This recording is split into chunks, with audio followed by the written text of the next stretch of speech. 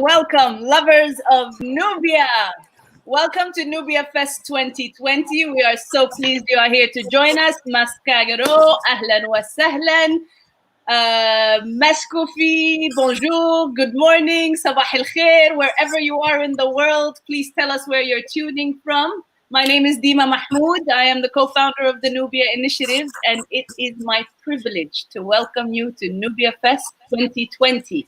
We have partnered with the Union for Nubian Studies. We'll tell you a little bit here. This is our opening remarks. We had a panel earlier this morning with the Nubian Investment Forum. Do go back, it's on our page, and watch it. They are doing fantastic work and could use all the support, so please do share it. As we get started here, tag your friend to tell a friend. We're all here for about an hour to share with you what we have in store. I will start by telling you just a little bit about the Nubia Initiative and then pass it on to my friends and comrades in this struggle of pulling the Nubia Fest up for you just as more people start tuning in. As I said, my name is Dima Mahmoud, and the Nubia Initiative is a transboundary organization that is aimed at protecting, promoting, and preserving our endangered Nubian heritage. Our ultimate goal is to be the bridge between the brilliant academics who have dedicated their lives to preserving our heritage and to shedding and shining light onto its truth to our community. So we emphasize the continuity there is from our history down to today. It's such a privilege to be partnered and working with the Union for Nubian Studies, as they absolutely embody this in terms of bringing this knowledge, bringing this wisdom to our people and to the world, really, because if you haven't yet, visit their website and you will understand why. And I will leave it here and pass it on to Vincent to tell you more about it. Hello, I am Vincent van Gerven-Oei, and I am one of the people behind the Union for Nubian Studies.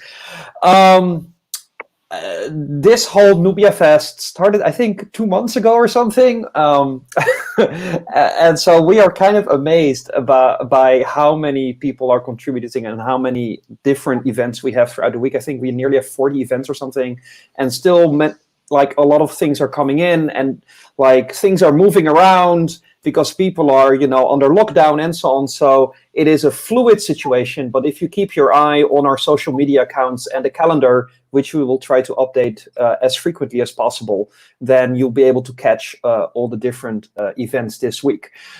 So the Union for Nubian Studies is a loose collective of Nubiologists. We will come from archaeology, from history, from philology, manuscript studies, from the Beroitic period up to the current period in which Nubia finds itself, and from all kinds of disciplines as well. And so we are really trying to bring these fields together in a cross-cultural and cross-disciplinary approach to Nubia's culture and history. And as one of the things that we do is we release every year the Journal d'Ottawa, which is an open access journal, which is now entering its 7th year already, which is kind of crazy. And this year, the issue is going to be on comparative Northeastern Sudanic linguistics. So it's going to be this very technical, heavy issue. But we've had issues on Nubian women. We've had issues on archaeology. I think next year, and Alexandros knows more about this, we have an issue on Sudan and war, which I'm sure will be a very, very interesting issue. And so the NubiaFest, as we have it right now, is intended to be, again, this embodiment of what the Union for Nubian Studies and the Nubia Initiative bring together, namely this cross-disciplinary collaboration between academics, para-academics, and civil society. And I think that the calendar with the sessions that we have made really shows how diverse the group of people is that we're working with. And I think that is for us the most important thing, is really to bring these two worlds. Like, scholarship is sometimes like really far away from, you know, what is happening in lived reality, and we really want to bring these two things closer. And I think the partnership between the Union for Nubian Studies and the Nubia Initiative with this NubiaFest, which we hope, you know, will continue every year into the future, really brings that together. And so, and with that, I think I am passing the torch, maybe this side, to my esteemed colleague from Norway, Alexandros Tsakos. Thank you, Vincent. My name is Alexandros Tsakos, and it's true that I live in Norway, working at the University of Bergen in the library. But I'm from Greece, so I have to add to the list of the welcomes by Dima Kalispera. We're in the evening hours, both in Norway and in Greece. And it's nice to use this language here, because this is one of the languages that were so important for speaking and writing about what was happening in Sudan in the Middle Ages, already from late antiquity, and I guess until quite recently. Greeks have been in Sudan actively participating in life there. I don't know how much they've been in modern times in Nubia, but I know that for Nubians, the memory of the Greeks is something of a sacred space in their identity. That's how I felt it every time I traveled in these areas and I was saying that I'm Greek. People were trying to find links with the big philosophies of the ancient times, or with figures of the Christian church, even of political collaborations in the colonial and post-colonial period in Sudan. The thing is that all that stuff is linked with an issue which is very important for all of us here, which is memory. Memory of the past, like the things that we study in the ancient world, in the medieval world, in the post-medieval, colonial and post-colonial world, but also memory of the ways that we found ourselves together, the Nubian Initiative, the Union for Nubian Studies, Dotawo, how I became a friend with Vincent, how I'm becoming friend with Dima and Mazin, and the way this friendship is what, more than anything else, constitutes what brought these crazy thing together, which, I mean, Vincent, yes, it's fluid, but more than anything, it's dynamic. It's every single moment, people all around the world finding themselves in this need to say, as Dima says it, Nubia, we love you, or we're lovers of Nubia. So it's going to be a great week. I'm seeing with very much interest what we have, or what has been offered to the calendar we gathered. And I feel proud because I've been to quite many venues about Nubia, the Sudanese past and so on, but I've never seen anything like that, combining the memory of the remote past with the memory of what's really still in the hearts and minds of the Nubians living at this place. And I hope that this is going to come out as a forceful momentum out of our gatherings. We can, even from this little corner of Nubian studies that Union for Nubian Studies occupies and reaches out through Dotawo to larger spaces of the intelligentsia about Sudan. Exactly this activism, this engagement, and this type of memory that, for example, I would underline in these days that Sudan is in. Let's not forget what's happening. Bagfil Balad, people are suffering again for reasons of nature, but also for reasons of politics, in the sort of natural environment that is struggling to keep up with the cultural environment, the one of the memory and the tradition, and the one of this type of development that myself, and I guess many that are being here now, hearing what we're talking about and will be contributing in the future, have experienced Sudan and Nubia.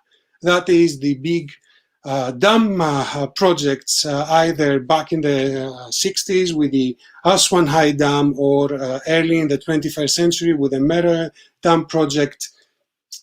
Projects that are looking towards development, but which at the same time are forgetting that no development can take place unless the local communities are being respected, and the way they're going to find their place in the future is also linked with the way that this development takes care of them. And that's how also I think we should be organizing our projects, organizing what we have to say about Nubia and how we're going to be talking about it privately, publicly, in cultural, artistic, scientific venues.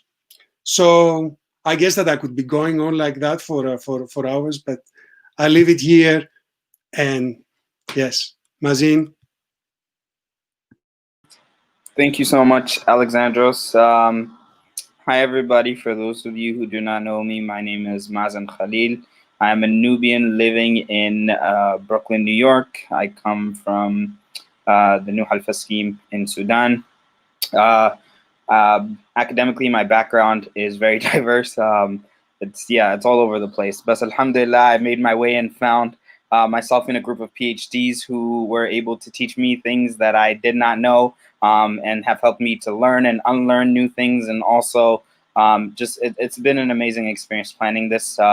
And so really quickly, before I get any further into what it is that we have planned for the week and what it is that I expect, I want to take a quick second to shout out these lovely people who have spent time and effort and have given to this particular initiative and taken away from their families, taken away from sleep and from all the things that they could be doing, especially given that, we've had to meet at crazy hours in the morning, and, we're all over the world. So I definitely want to give thanks, and I'm very appreciative for the time and effort that, Dr. Dima Mahmoud, Dr. Vincent, and Dr. Alexandros have put into this. And I'm very thankful for everybody else who's contributed, including Miss Sandra Bartman with her pictures, and Dalia Mahmoud with all of the graphics, and everybody else who's put time and effort into this. So thank you all for making this happen, and thank you to the panelists who have contributed over 40 different panels so far. And my God, I'm amazed and I'm surprised, and I'm looking forward to learning every single thing. For me personally, as a Nubian, there is a combination of a lived experience that we have that is sometimes a little bit difficult to kind of see in academia. So it's really cool to see a merger and a marriage between what it is that we live as people and also what academics see, and how to tie those two things in. And so I'm really excited for this weekend to see, just how academics have explained things that we may not have an actual, explanation for example, why we do certain rituals, or why certain things are said in a certain way, the grammar of the language. Some of us just know the language and know the grammar but don't know why it's put that way. Cough cough, there's a certain panelist here who will be teaching grammar later on. So I'm really looking forward to a whole bunch of things for this week, and I'm very thankful for everybody who has put the time and effort into it. I think that we should add one more group to the list that Mazin just enumerated, which is the tech people who put up the website for the NubiaFEST. They're Cloud68 from Albania. They're good friends, and they have donated their time to build up the website for us, which is fully running on open source software. And a big shout out to them as well for helping us and getting this thing designed. And also, if I'm not mistaken, Julianne from Preprint Media, who has also done a lot of behind-the-scenes coding work for us. So, thanks a lot, guys, for and girls, for helping us out in this project. Thank you for adding that last bit. No, Yes. Folks. Yes, folks works. Thank you all very, very much, and for these shout outs as well, Mazen. It's so important to start with gratitude, and in our haste, in our excitement, in I'm not sure why I'm going plural here. It could be the royal we coming out, but there is so much that is stop it. There is so much that is coming out. I do want to take a moment to say a welcome in Arabic to the people who are tuning in from what is now Arabized Nubia, for lack of better terminology.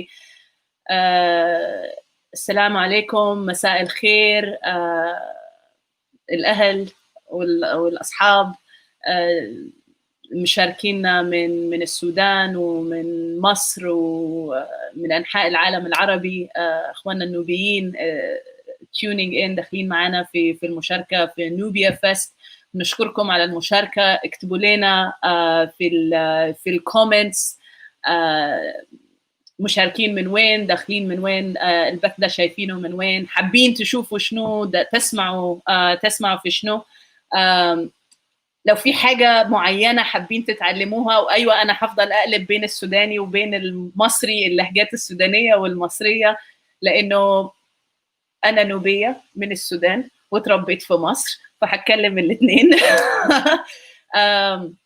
للأسف أنا ما بتكلمش نوبي, لسه بتعلم, ودي حاجة من الحاجات اللي كنا بنأمل إن تكون موجودة معانا في نوبيا فيست, إنه يكون في حد يدرسنا اللغة النوبية. ف hopefully إن شاء الله تكون في المرات الجاية, ولسه في وقت. لو في حد من المستمعين على استعداد إنه يدينا درس بدائي في اللغة النوبية, يا ريت يا ريت يا ريت تتواصلوا معنا, لأنه لسه في وقت والكالندر موجود. مازن, if you can drop the proposal link please. في الكومنت هيكون موجود الرابط لأي استشارة, أي مشاركة منكم مرحب بيها, وحنستمتع بيها وحنتعلم منها. وهو ده الهدف من المبادرة دي, التواصل بين الأكاديمية وبين المجتمع النوبي أينما كان, سواء كان في مصر, سواء كان في السودان, سواء كنا مغتربين, سواء كنا في كينيا, في إثيوبيا, wherever we are. Our love for Nubia, as I'm hoping you got a chance to hear Alexandros's wonderful love letter to Nubia, إذا ما سمعتوا موجود على صفحتنا. الحب اللي موجود لأرض النوبة ولحضارة النوبة ولتاريخ النوبة مش من السهل إنه يتنسى, ويستاهل كل التعب, ويستاهل كل السهر, ويستاهل كل الشغل عشان نتجمع, وعشان نلاقي طرق ان احنا نتوحد في مجهوداتنا للحفاظ على التراث والإرث النوبي, وخصوصا اللغة النوبية. And now I switch back to English because I think I've reached my cap in Arabic there. That was quite critical. I think Mom would be very proud of me if she was watching, although she's probably making fun of me. Because also Arabic isn't my first language. I didn't learn Arabic until much later in my life. But there are a few points that I want to make, and I should warn and preface that I get, and as much as people tell me it's ridiculous, I have this irrational fear of public speaking. I'm not sure why, but I tend to forget everything, so I've taken some notes here. On to what Alexandros was saying about this bridge being a way to engage the local community, and again, as Vincent was saying, the embodiment of the mission behind NubiaFEST2020 is to make this connect. For me, it was a personal start, and it was a vision that obviously it was something that, oh, you see what I mean about forgetting? The Nubia initiative was co-founded by myself and my older sister and my guide and my mentor and my best friend, and the creative mind behind all the videos and graphics that you are seeing in our logo. So Dalia Mahmoud, big shout out. Thank you for your for joining. Ustad Muhammad Kabbari, تحية لكم. السلام عليكم وعليكم السلام من الخرطوم. إن شاء الله آمنين وسالمين من الفيضانات ودعواتنا وقلوبنا معكم. We started the Nubia initiative for us to learn about our own heritage. Her and I had two very different experiences in our introduction to our heritage and our history. The only similarity in how we were introduced to this culture was the feeling of disappointment and resentment to the fact that we did not know this earlier on in our lives. And that is not something that we want to repeat with our children. Our parents have done a wonderful job and have done their best in connecting us to who we are and in rooting us, though there are other things that we need to keep in mind. And so in doing that, obviously, it was building this bridge between academia and the community. But it really didn't crystallize until the conference in Paris, where I got to meet Vincent for the very first time in person, and Alexandros, I believe. Yes. It's all a haze. I'm still. The only reason I remember Vincent is because of the attack that that he had to endure, and which was later publicized on social media. And another big thank you for taking that and for standing up for the truth, because this is what this is all about. That sun, this sun, to shine the light on the truth of the history that has been buried under sand, and an attempt to submerge it underwater.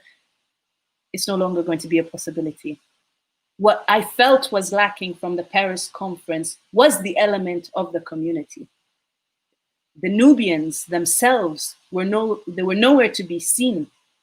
We were hearing about this history. They're not hearing about this history. And even their accessibility to this conference was a whole different story. Whether it's the price, this is no criticism of the conference itself. I understand these things take energy, take money, take you can criticize. Please, we can take the mute off, and this is now a discussion. It's not just me, but no, I think that these things should be criticized. Because actually the Sudanese government was able to send a lot of its representatives to this conference who were allowed in. And so why are we allowing representatives of the states to come to the conference, but not the actual Nubian community members? There should be funds made available for these people to come. Exactly. So especially if you're organizing this in the Louvre, which is not poor. It's not. We can't really take it out on the Louvre, because it wasn't the Louvre that was organizing it. It goes back to the academics. It goes back to, and this is the ultimate hope, is that the academics emphasize the importance. Okay, I'm hearing the echo. Alexander is definitely. That's okay. I was about to say something, so I needed to unmute myself, but Dima jumped in, so. No, please, do say. No, I'm moving along the same lines with Vincent. Unless we criticize and be open to criticism received, then there is no way forward or backward or right or left. In any case, you need to do that. You need to be open to the discussion. I think that's the main issue here, that even if we would like to say the arguments of the other side, if there is something like that, meaning this is an academic venue, not everybody's an academic. We as Sudan archaeologists need to have a minimum understanding with the authorities that provide us access to the antiquities. Arguments that inside a certain logic have absolute sense. There is always enough arguments on the other side. And before beginning criticism about the absence of Nubians in general, I would say that we should keep in mind the silencing of Nubians that wanted to take up the microphone and say something in the London meeting, and they were not giving access. And we should always remember the way that international agreements that would give back credit and value to the most important issue of identity, as I understand it from being there out in Nubia and from the way we discuss it out here, which is language. It's not being taught, it's not being allowed, it's not being encouraged, it's being constantly substituted. And in the end of the day, you might get individuals who do not even feel like they have their own mother tongue in any of the languages that they speak. So I find these things worthwhile criticizing and bringing out open, hoping that the reactions will be of the same constructive character like our criticism is. Absolutely, and I thank you for that. The only reason I was saying, and anyone who knows me knows that I have zero issues with criticism. I criticize nice and well. My not my hesitation, but my holding myself accountable in how I criticize, considering this is at this stage, at that stage of going to the conference, I had just started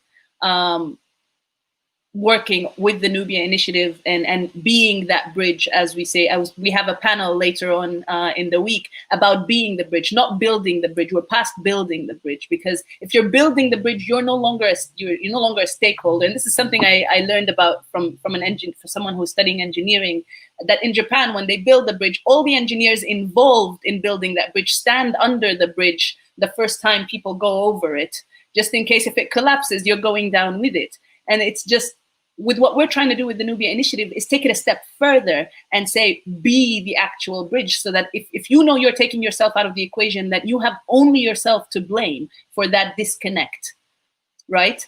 That being said, yes, absolutely, there is more to be done. And the learning and unlearning that Mazen was talking about, there's so much of that to be done from both sides, from the community and from the academic. So just, what was it, 3 days ago? No, that was last week. Dr. Solange Ashby, who also has a presentation here, and it's really, truly fascinating, the information and the knowledge that will be coming through this week. Please, I hope you will all tune in to all of it.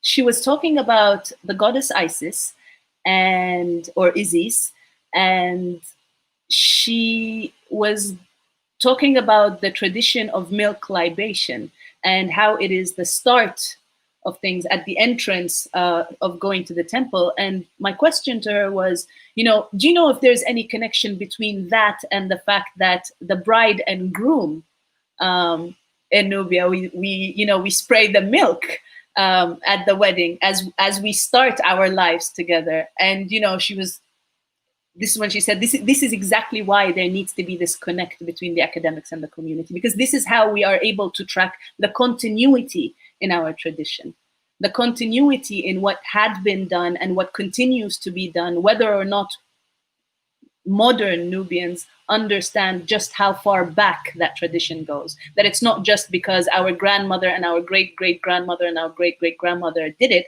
but because ancestors upon ancestors upon ancestors did it and carved it on walls to tell us that this is what they did. And this is what I'm hoping we will find out more of here. So from that conference in Paris, it was like, it would be great. Also, that conference happens once every 4 years. In 1 year, so much comes out, whether it's from live excavations, whether it's from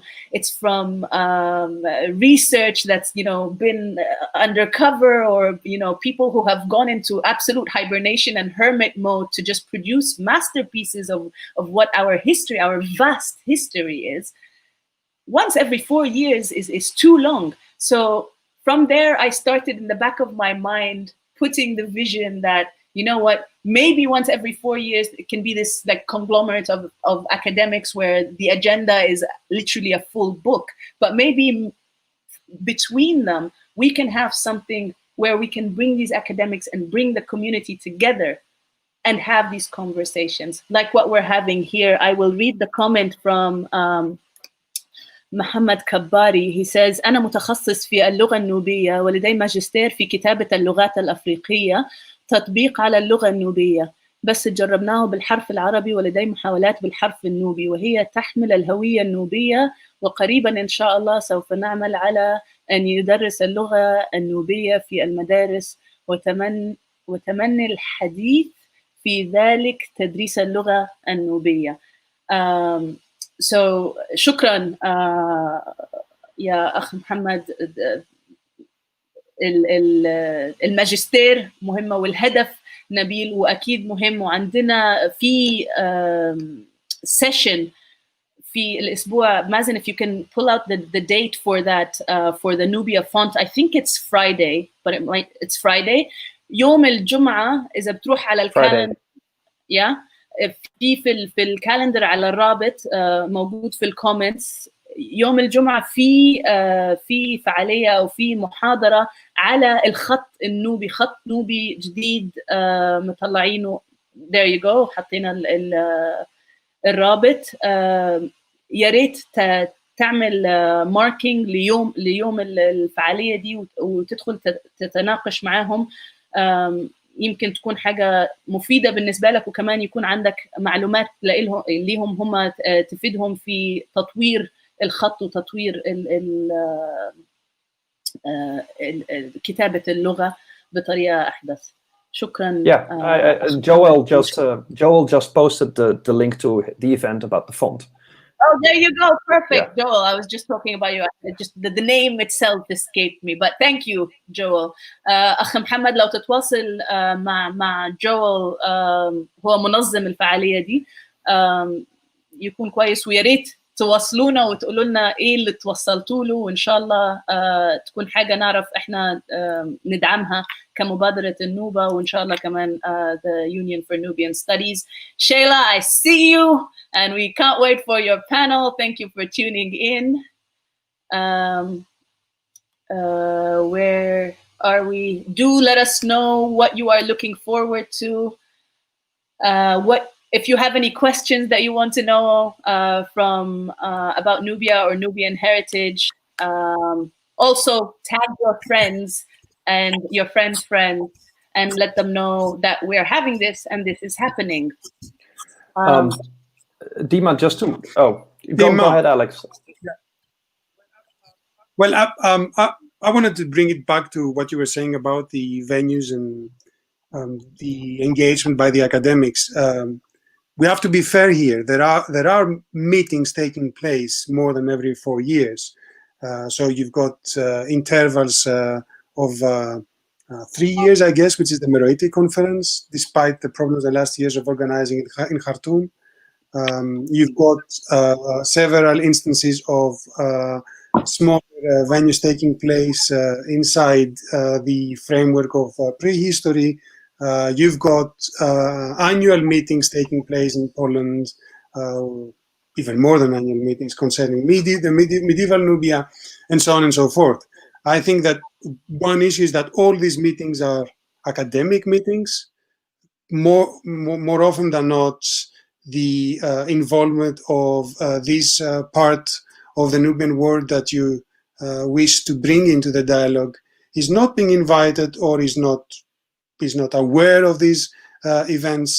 Nevertheless, in the last years, either from engaged academics or by the presence of Nubians in venues who are vocal during these venues, the awareness is being raised, and together with an improvement in the way, for example, archaeology is being conducted worldwide, and we have to remember that archaeology is perhaps the major agent in Sudanese and Nubian past. We have seen quite many projects that have engaged with what is called community archaeology, and the list would be long, and I wouldn't like to say something that would forget someone who has been very active there. But I think on that level, the signs are positive. What I wish is that a venue like NubiaFest opens and establishes this dialogue even in more concrete and profound terms, and that it creates this forum, perhaps not for the popularization of the knowledge acquired by the academics, but for a dialogue where academics and non-academics involved with the Nubian stuff is taking place in equal terms. So I'm not feeling at all coming to Nubia Fest in order to teach. I don't have anything to teach, but I would very much like to learn. And with that, I don't underestimate the effort, for example, by Vincent offering to the world for free 5 days of Old Nubian, which is Magnoon. I mean, nobody would do that in other cases. He could be paid. No. You are mistaken, Alex. It's actually a sign of laziness. Okay. Because if I do it now for 5 days and then put it on YouTube, I'll never have to do it again. Mm-hmm. So it's actually this is point taken. Anyway, you see what I'm heading at. It's forward thinking. You know, I also think it's important kind of to elaborate on what Alex said, or to jump on the back of that. You know, and we often as Nubians are not aware of what is being done academically to kind of contribute to that. But, you know, we are also very grateful, and we are very, very thankful for people who are doing their part in academia to really tell the truth about what it is that's happened in Nubia, what is happening, and what continues to happen. And for people like Vincent and you know, all of you who are offering free lessons or who are teaching us about, you know, things that are happening or that have happened, or who've taken the time to actually specialize in this. I mean, you know, I'm an academic, and to just devote one's life to a study really takes passion and love, you know, and it's a work of I mean, J.K. Rowling said it best, you know, it's a work of love, you know. It really takes a lot of dedication, and we're very grateful for, you know, the dedication that all Nubiologists, all philologists, all, you know, lovers of Nubia, whether Nubian or not, have put into this, because it's not an easy thing, you know. And to put it out there for free, where academics are paid, you know, bare minimum and do not get the credit that they deserve, you know, they don't get acknowledged, and you know, sometimes the jargon is not quite understandable to the layperson, so lay people don't quite read journals and things like that. You know, from that perspective, we're very appreciative of what it is that you guys have done for us, and you guys meaning everybody, not just, you know, men, but everybody, you know, all of you folks, including, you know, people like Shayla, who I saw her comments in here. You know, your work is definitely appreciated. It's loved, and it requires, you know, both of us as the Nubian community and academics to come together to be able to kind of complete the picture, because unfortunately for us, as Dima was talking earlier, there's a portion that we're missing as well as Nubians. Even though we live the culture, there's a lack of understanding sometimes as to why certain things are done. You know, I'll ask my grandma, why do we do this? And grandma will tell me this is just what we found people before us doing. You know, and so coming together to understand, for example, as Dr. Ashby explained, you know, this is what they used to do as they're entering the temple. Boom, now I know why we spit milk at each other at weddings. I understand it now, you know, it makes sense. And so there's a marriage. It definitely is. You can't have, you know, a study of Nubians without the Nubian community. You also can't have it without academics. It definitely requires, you know, two hands in one like this to come together and make that a full picture. Can I take it a step further? You're right, Mazin. But there is a big difference between the way an academic takes distance from his or her object of study and the way a tradition is lived and present. And I think that's a struggle for you guys. Because territory-wise, language-wise, once again, there is a distance. You don't necessarily keep on living that in your irkis. No, irki, what would it be? I don't know what's the plural. But I think that for our effort to recreate a memory of the Nubian past makes no sense for as long as there is a lived experience of the Nubian present, and the two together create a future. Then this is where developmental issues and those authorities that decide about developmental issues have a lot to say in our dialogue. And these people never appear explicitly in any sort of venues. They will appear implicitly.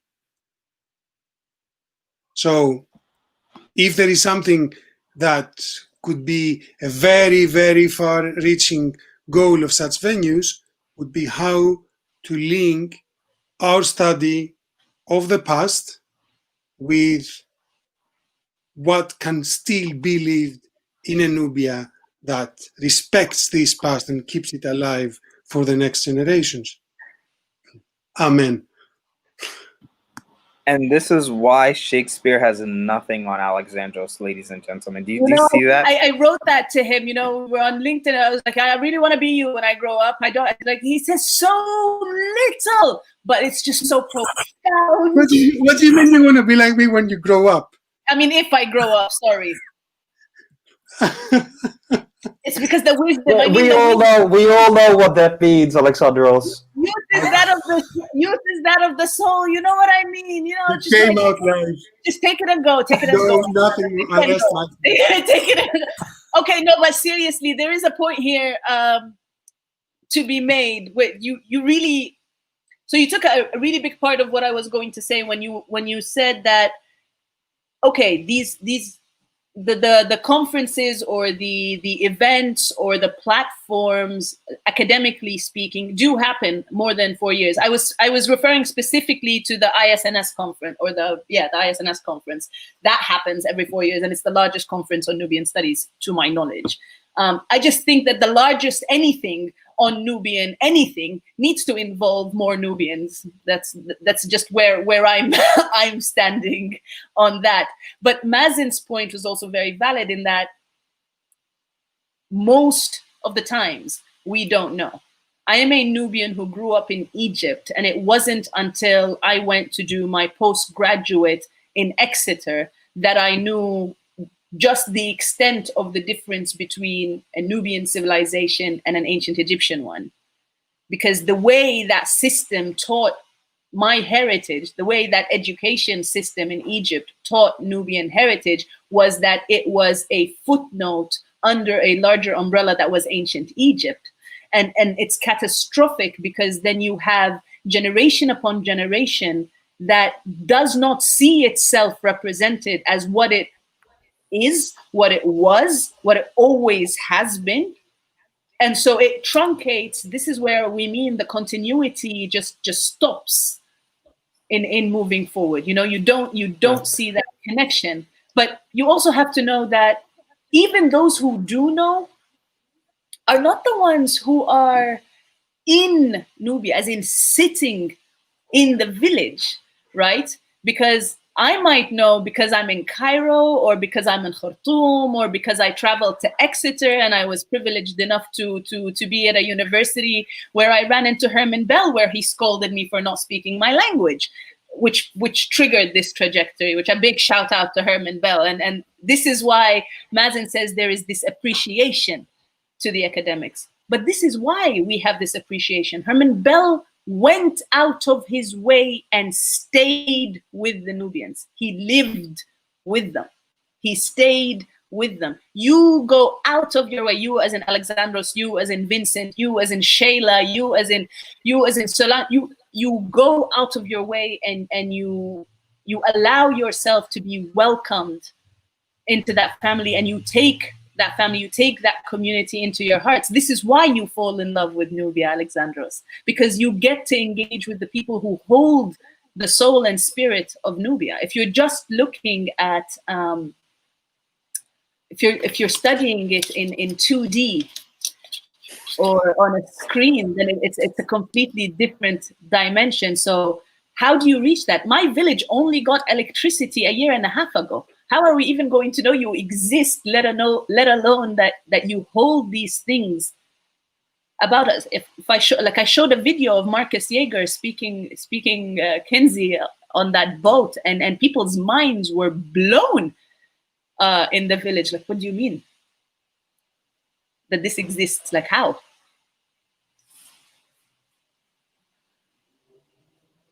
I think that the experience that you talk about, you know, in Egypt with seeing Nubian history as a footnote to Egyptian history is, I think, also very much an experience of Nubiology itself, right? So for a very long time, Nubiology was considered a footnote to Egyptology.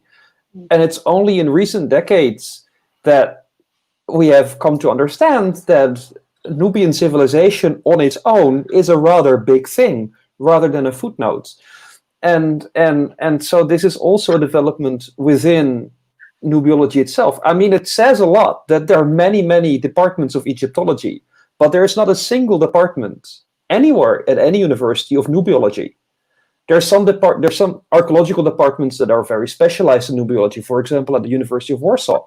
But there is no department of Nubiology with a chair for, you know, Nubian studies, or only this year the first professorship in Meroitic was created. This is a major language of antiquity, and it had no professor until I think this or last year. So there is a lot of stuff to do for us as well in academia to raise awareness. And I think that, you know, again, that's why this partnership between Nubians and Nubiologists is so important, because we can reinforce each other by pointing to each other. You pointing to the Nubiologists is like, look, people are studying this, and this is, you know, we exist, and, you know, we have a culture that is old, that's ancient, and that is an important part of world history.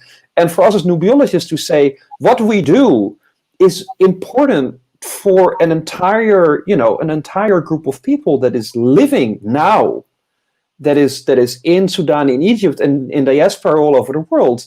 And what we're doing is enormously relevant for preserving their culture and identity now. And so we really should help each other in that. And that's why I'm so happy that, you know, we're doing these types of things. Yes. So I will, very valid point, wrap it up in saying that this is a whole other conversation. And in the context of, I should emphasize that this needs to be a separate panel.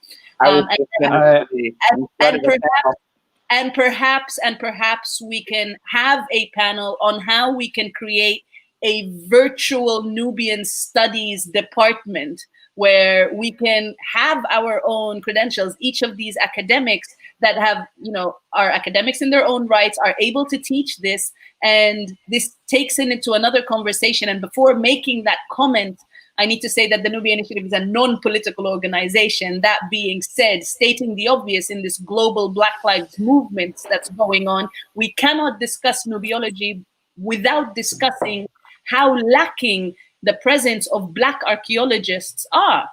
I think we had like maximum 10 Black people present in the Paris Absolutely. Conference, Absolutely. Ridiculous. And that is because it's not facilitated, whether it's no scholarships, whether it's no the culture of these institutions and how they are allowing for, and the loops and holes and the nepotism, let's just call it what it is, in being introduced to this field.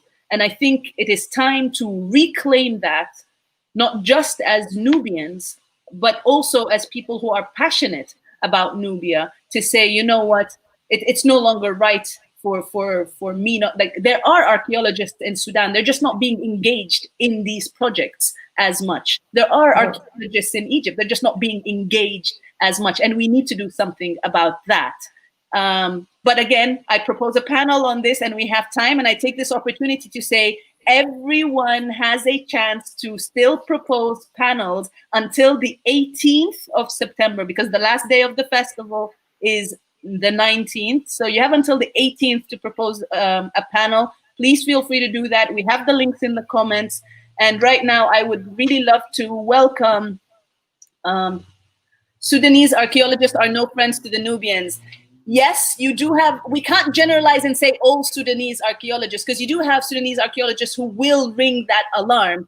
But just like the Egyptians have tried to pin Nubian heritage under ancient Egypt, you now have Sudanese, again, they're just very late in doing it, but are trying to do the same thing in putting Nubian heritage or erasing Nubian heritage altogether and saying it's ancient Sudan, which I to anyone who cares, contact me and I will provide you with a map, or Google Richard Loban and his maps, and you will find a map that dates back to 1535 that says La Nubie. There is no Sudan, there is no Egypt, and where Cairo currently is, it says beware of thieves. No Tassetti. That's what she's saying. Okay, so we'll just leave that there, and I will call. Yeah, we'll put a pin in that. Okay. Yes, let's do that. I am very, very, very, very excited to invite this fantastic poet who connecting with has been an absolute privilege through one of the other platforms that I co-created, which is Africa Week 2020, some shameless advertising here. Khalid Etenay, if you could click on the link that I sent to you so we can have you here in the backstage, he will be sharing with us some of his fantastic words. Shayla's laughing. Intersectionality matters. Indeed, indeed. Before we get to Khalid really quickly, I do want to make a point again to emphasize that the calendar is ever changing. So please, make sure to check on the calendar, and we will try to post that on all our social media as it changes. But again, remember, you have the opportunity to post a panel, to propose a panel whenever, and that the calendar is not fixed. I just want to remind everybody of that, and that, things will be changing, and we will be letting you know when things are changing as well. And so also maybe to mention, different panels will go through different types of media, Zoom, Facebook, YouTube. We will post the links on our social media pages. And when we have links already ready, you can already find the links in the calendar. So several panels already have Zoom links. You just go to the calendar and you click on them when the event starts, and you'll be able to enter. So there are multiple ways in which you can interact with us. So we have about 8 minutes for this panel before we start the next one, where we have some young Nubians sharing the importance of art, culture, and heritage. And a fantastic segue to that is to have this artist, this brilliant artist and creative and soul and just human being altogether, share with us some of his love for Nubia. And I'm so very excited. Khalid, thank you so much for joining us all the way from, where are you again? Granada, Spain. Yeah, Granada.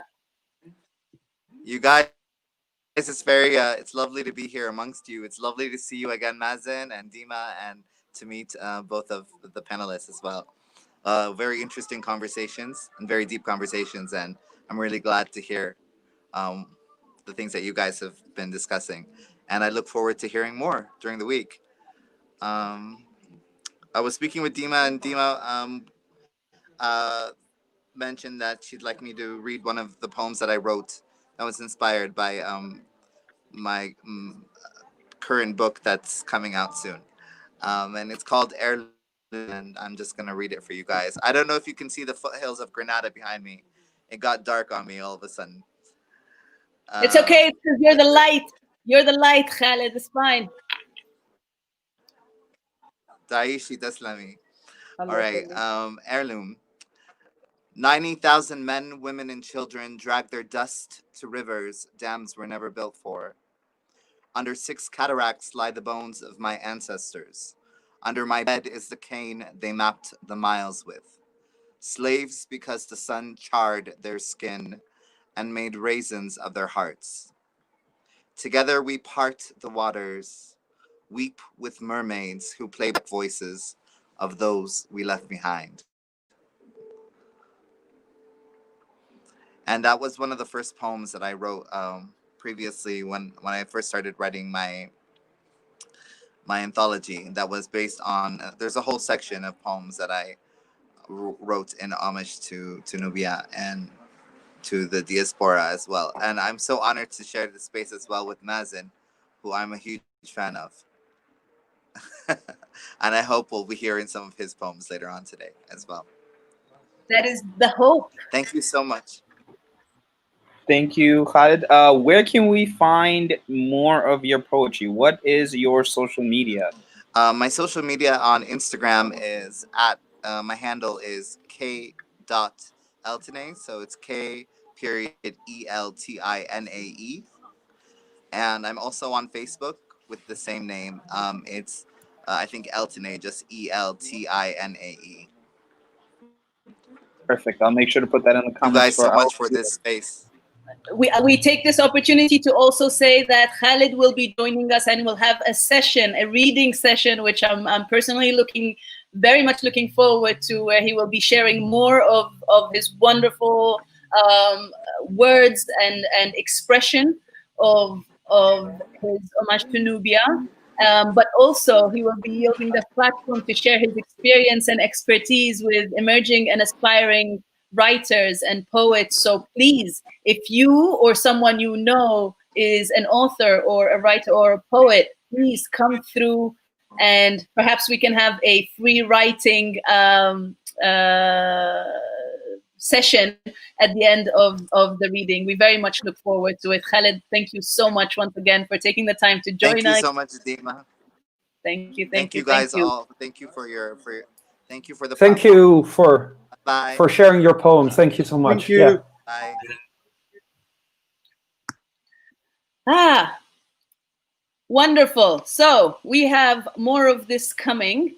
Now, our next segment, which starts in about 4 minutes, is with young Nubians who will be talking to us. They will be tuning in from Egypt and they will be sharing with, I believe from Egypt, and sharing with us the importance of art and heritage in teaching, revitalizing, and preserving our endangered Nubian language, which is something I am personally very, very attached to, and it's a topic that's very dear to my heart. So I will be tuning in. I hope you will as well. I want to thank all of you again. I'm going to very quickly translate this into Arabic and then yield the floor to you for a quick see you later. السيشن ده دلوقتي خلاص هنخلص كمان 3 دقايق، لكن كمان هنفتح الفعالية اللي وراها معانا شباب نوبي في جلسة فنية تراثية نوبية بيتكلموا على أهمية الفن والتراث النوبي لتعزيز وتعليم اللغة النوبية للأجيال الجديدة. فخليكم معانا يمكن 5 دقايق، إذا تعملوا ريفرش للصفحة بتوصل وتشوفوا الجلسة الشبابية النوبية إن شاء الله. ودلوقتي حدي الكلمة الأخيرة لإخواننا هنا في البانel. Vincent, I give it to you. Any last words? Well, thanks everyone for this opening panel. I'm looking forward to the coming week.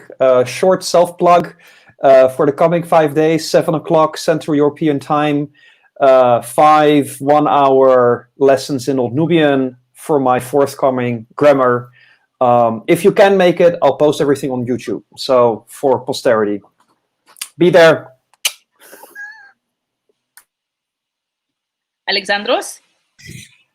Well, thanks, Dima. Thanks, Mazen. Thanks, Vincent. Thanks, everybody who is out there. I don't want to say bye. No, we don't say bye. We don't believe in bye. We'll see you later. Let's keep it going. Yes. Mazen. Excited to see what the rest of the week has, and I can't wait to see everybody. All right. Herrego. Happy logo.